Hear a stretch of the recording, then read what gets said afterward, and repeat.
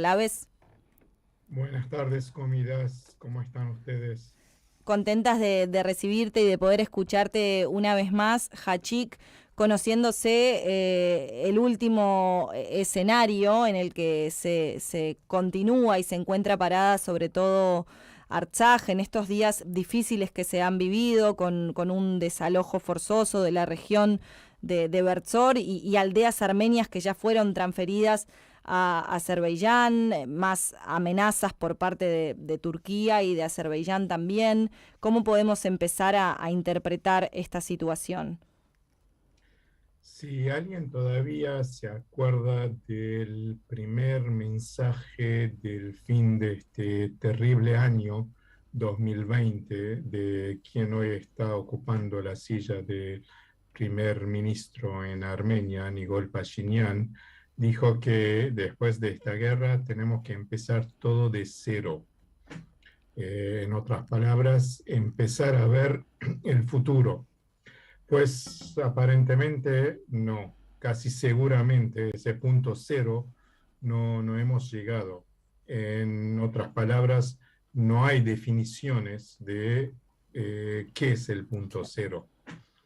Y la prueba más importante o la última prueba de que este proceso de capitulación continúa es la entrega eh, la semana pasada, esta semana, de Persor, Agavno y Sus a Azerbaiyán.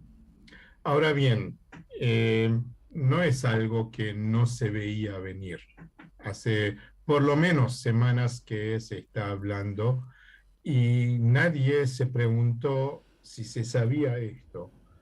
¿Por qué tardamos un año? Y la respuesta es que las autoridades de Armenia pensaban ganar un año más, o por las muy confusas interpretaciones que dan del acuerdo tripartita y lo que siguió el acuerdo tripartita, era que así ellos entendían. Es una cosa lo que ellos entienden, lo que ellos interpretan, y es otra cosa el hecho de que desde afuera, en este caso, el tándem Azerbaiyán-Turquía impone a las autoridades armenias. Y es lo que hizo Azerbaiyán y Turquía. Y vuelvo a decir, no es que no se sabía que iban a hacerlo, se venían construyendo el camino y faltaba la parte de Armenia que postergaba una decisión. Cualquier decisión, yo no digo cuál iba a ser la decisión. En otras palabras, una vez más, las autoridades de Armenia demostraron que no pueden interferir en la agenda regional que se decide fundamentalmente en Ankara, en Moscú y también en cierta medida en Bakú. ¿Por qué no lo pueden hacer? Bueno, acá hay que ser muy claro, muy racional. No es que cualquiera otro que estas autoridades pueden superar las muy fuertes presiones externas sobre Armenia. Prácticamente a Armenia no le quedan aliados muy fieles, firmemente al lado de Armenia. Eso lo sabemos, Sí. incluyendo al mayor y prácticamente único aliado, ¿no? que queda Armenia, que es Rusia. En este momento sus intereses eh, no están al lado de defender la postura armenia, suponiendo que se sabe que es la postura oficial armenia con respecto a todo esto, sino que hacer que no haya otro frente caliente en el Cáucaso, porque está totalmente absorbido en la guerra en Ucrania. Por lo tanto, las presiones externas van a seguir siendo fenomenales sobre esté quien esté en el gobierno en Armenio. Ahora la pregunta es, ¿no hay otra forma de hacer? Y la respuesta es que sí, hay otra forma de hacer, por lo menos mitigar esas presiones. Hay tres cosas que este gobierno no hizo inmediatamente después del fin de la guerra, o mejor dicho, inmediatamente después de la capitulación. después de la derrota, y para no llevar la derrota a la capitulación como lo están haciendo ahora. La primera era convocar a eh, eh, voy a poner la palabra unión, ¿no? Pero no es la palabra exacta, sino que a una convocatoria interna de todas las fuerzas en Armenia para decidir de ahora en adelante qué es lo que vamos a hacer, hasta dónde podemos llegar, qué es lo que podemos ceder y dónde vamos a poner las famosas líneas rojas que nunca hubo en el caso de este gobierno, salvo por ahora algo que están hablando sobre ese corredor que pasa por Sueños. Segundo, tenía que empezar a reorganizar las Fuerzas Armadas. Lo dejaron, no les importó, no les importó, no le dieron la importancia que se debía dar después de esta derrota. Primero, examinando cuáles eran las causas inmediatas y más profundas de esta derrota que no se esperaba. Y en segundo lugar, cómo hacer para superar estas debilidades, estas vulnerabilidades de las Fuerzas Armadas armenias. No lo hicieron. El tema no está en la agenda de estas autoridades. ¿Por qué? Porque para ellos lo más importante es la ilusión de una paz regional. Digo la ilusión no porque estoy en contra de la paz regional. Nadie puede estar en contra de la paz, y menos en este momento que Armenia necesita la paz. Armenia necesita la paz. Pero depende de qué paz estamos hablando. No la paz que se impone, no la paz donde vos no podés decidir cómo querés vivir en paz. Y la última demostración de que realmente no les importa una reorganización de las Fuerzas Armadas, una mínima defensa de la seguridad nacional armenia, ¿no? de Armenia, ¿no? Es que ya hay un decreto del Ministerio de Defensa que exime del servicio militar a cualquiera que puede pagar, creo que una suma de $60.000 o algo así en Trump. ¿Qué quiere decir eso? Que estamos ya imponiendo una suerte de discriminación de clases, ¿no? Quienes pueden pagar esto no van al servicio militar. Y quienes no pueden pagar, pues ellos van al servicio militar. ¿Y servicio militar para qué? No lo sabemos. Bueno, este es el mayor debate en la reforma de las Fuerzas Armadas, en la reforma de la política de defensa. Esto fue ahí fallaron, pero fenomenalmente, y siguen fallando porque no les interesa. Y el tercer punto que podían hacer, no lo hicieron, es saber cómo enganchar, cómo comprometer a la diáspora, más allá de la retórica de estas grandes metáforas, ¿no? Que ya estamos cansados de escuchar, de innovar las metáforas sobre la diáspora, porque la única vía, el único acceso a Armenia para que figure en las relaciones internacionales como algo que puede generar interés es la diáspora, no tiene otro. O sea que bueno, ninguno de los... Dejo al lado una cosa, Sí. al lado de que esto no es solamente culpa de Armenia, sino que es culpa también de la diáspora, pero volvemos más adelante. Y quiero cerrar con esto. Ahora, todas estas preguntas es fácil de hacer a este gobierno porque sabemos la respuesta. Sabemos que este gobierno no está comprometido con todos estos puntos. Las preguntas más difíciles, y si quieren podemos elaborar sobre esto, hay que hacerlas a la oposición, ¿no? Hay que hacerlas a la oposición, que ahora aparentemente después de un intento el 23 de agosto, que oposición, bueno, eso queda para ver, ¿no? De esa convocatoria que se hizo y aparentemente no hubo mucha trascendencia. La oposición que va a volver el 2 de septiembre. ¿Qué entendemos hoy por oposición, Hachik? Bueno, oficialmente son dos grupos parlamentarios, ¿no? Dos grupos parlamentarios. la alianza Hayastan y Badibunem, ¿no? Que responden a los dos expresidentes fundamentalmente, Claro. ¿no?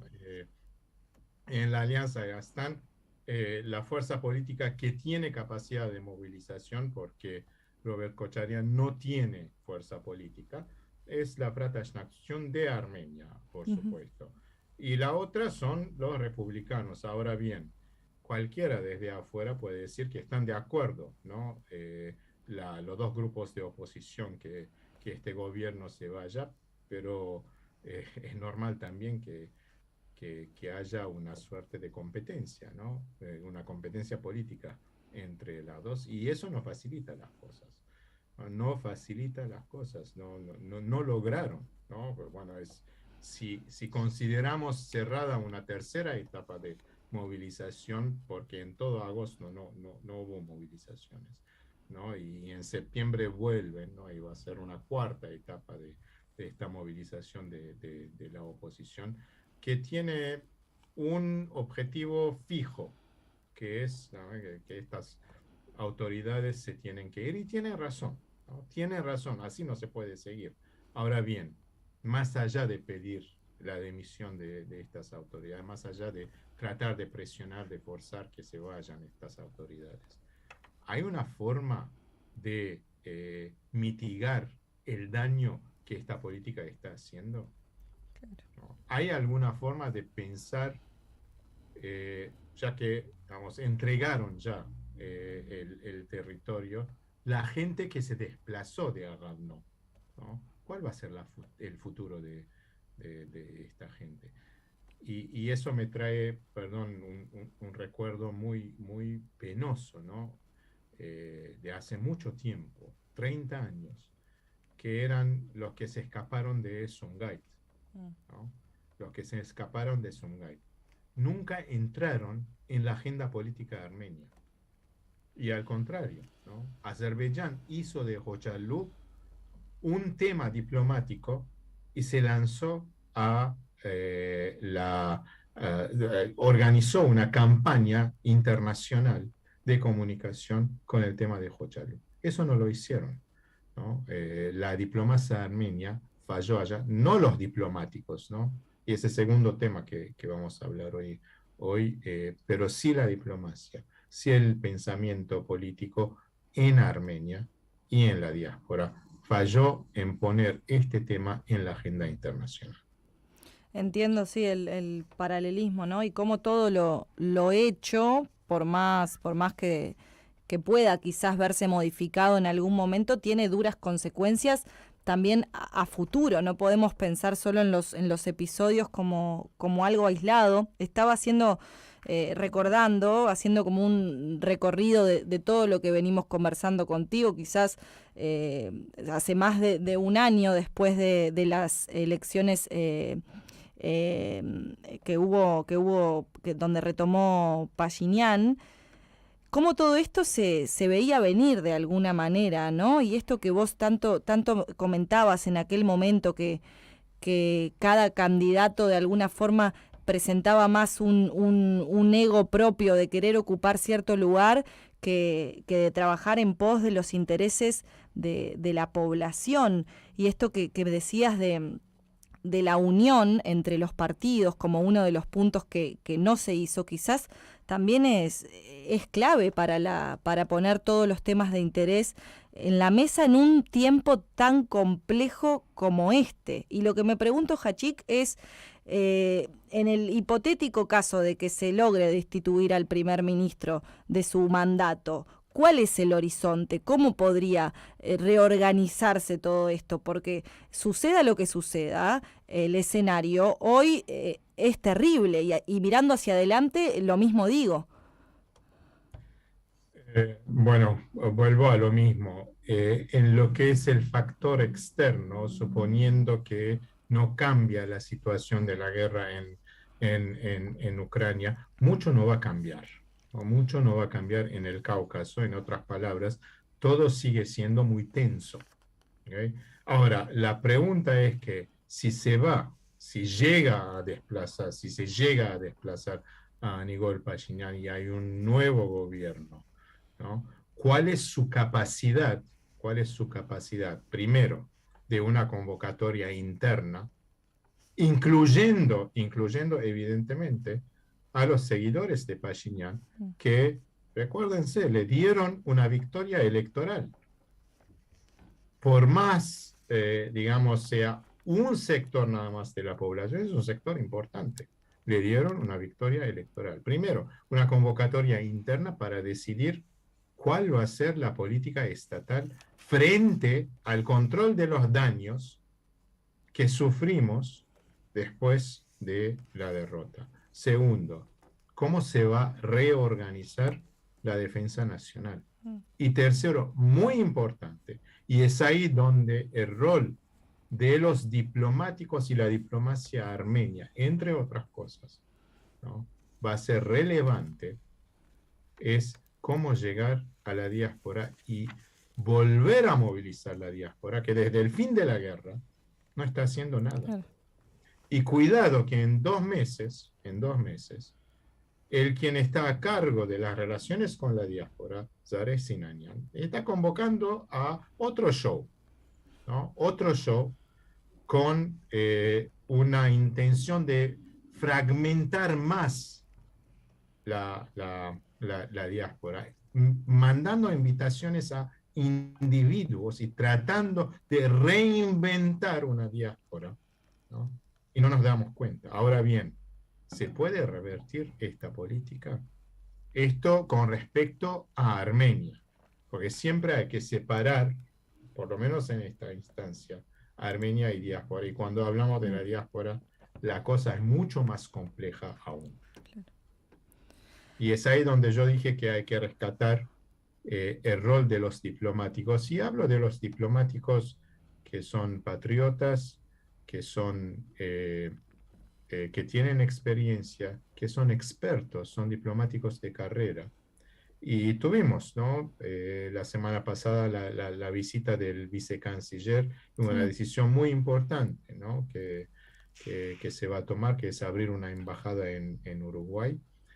Una decisión que viene muy tarde, pero bueno, hay que darle la bienvenida a esta decisión. Claro. Y es ahí donde justamente, pensando en el rol de estos diplomáticos, es ahí donde desde la diáspora tenemos que empezar a ver dónde se ubica la madurez política de separar el Estado del gobierno de turno. ¿Cómo aportar a una política de Estado, suponiendo que esta política de Estado existe y que convoca a la diáspora, sin necesariamente oponerse o estar de acuerdo con el gobierno de turno?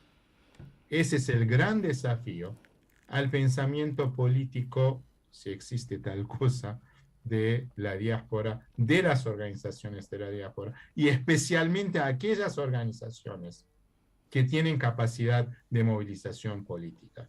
Y permíteme decirte una cosa, y voy a hablar de nuestras colectividades en Uruguay y en Argentina, que tienen una instancia, un foro, donde todas las organizaciones llegan a juntarse. Ahora bien, desde el fin de la guerra, ¿hubo algún debate entre todas las organizaciones sobre estos grandes temas, ¿no? Sobre el negacionismo turco, sobre lo que está haciendo Azerbaiyán, sobre Persor, sobre Agav? No. ¿Hubo un pedido de preguntar qué pasó con los 130 millones de dólares del fondo Armenia que el gobierno se apropió? No. Cada uno escribió, delató lo que sabe desde su perspectiva, pero debate, intercambio de ideas no hubo. Entonces, ¿qué estamos pensando? En 2 meses hay una convocatoria. Ya están llegando cartas de invitación a individuos.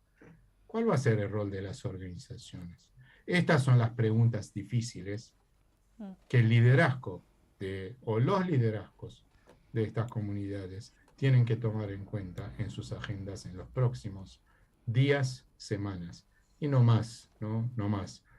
Porque si esto tarda mucho, bueno, quién sabe cuál va a ser el punto cero que se llega a Armenia y qué va a ser su impacto en la diáspora.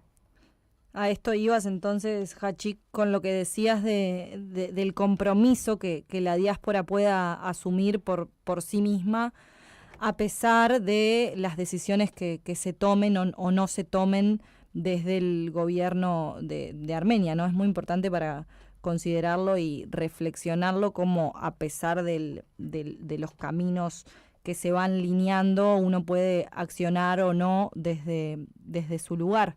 ¿Qué más tenemos para concluir, Hachik? Simplemente una observación nada más que por coincidencia, ¿no? Estoy hablando que eh, este nuevo capítulo de capitulación que vino en Persor, Ujú. en Agavno y en Sos, viene una semana después de la trágica explosión en el mercado de Surmalu en Yerevan, donde, si mal no me acuerdo, hubo 16 Sí. víctimas fatales, ¿no? Y quién sabe cuánta pérdida y ahí se desvanece otro mito, ¿no? De esta llamada revolución de terciopelo que vinieron a gestionar mejor, ¿no? Que a administrar mejor el bien público. Pues no lo hicieron. No lo hicieron, no hubo prevención, no hubo una reacción rápida y quién sabe cómo se va a reemplazar esto. No descarto, y perdón por el cinismo, de que algunos piensen que si mañana vienen los capitales turcos, por ahí puede reconstruir Surmalu. Otra vez que pido disculpas de esa nota cínica, pero la verdad, por lo que uno ve, la política de este gobierno no puede dejar de tentarse en este cinismo también. Lamentable cómo se puede ver eso en todas las áreas de lo que vamos comunicando que sucede en nuestra madre patria. Gracias, Hachik, por todo lo plasmado, lo conversado. Es muy interesante escucharte y entender desde otro punto de vista las noticias que nos llegan. Buen sábado para vos. Gracias igualmente.